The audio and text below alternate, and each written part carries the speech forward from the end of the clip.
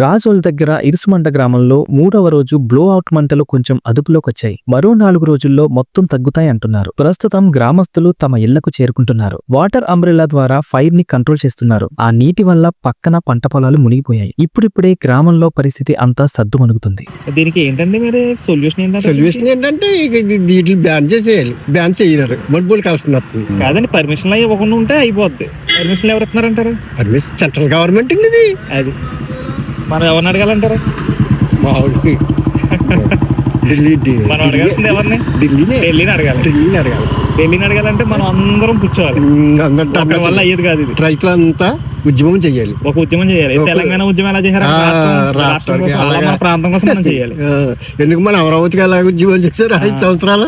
అలా మొత్తం కోనసీమ అంతా కూర్చోవాలి. కోనసీమ పశ్చిమ జిల్లా నర్సాపురం సైడ్ కూడా ఉన్నాయి. వెల్స్ ఉన్నాయి అక్కడ ఉన్నాయి, కానీ అది లీక్ అవట్లేదు.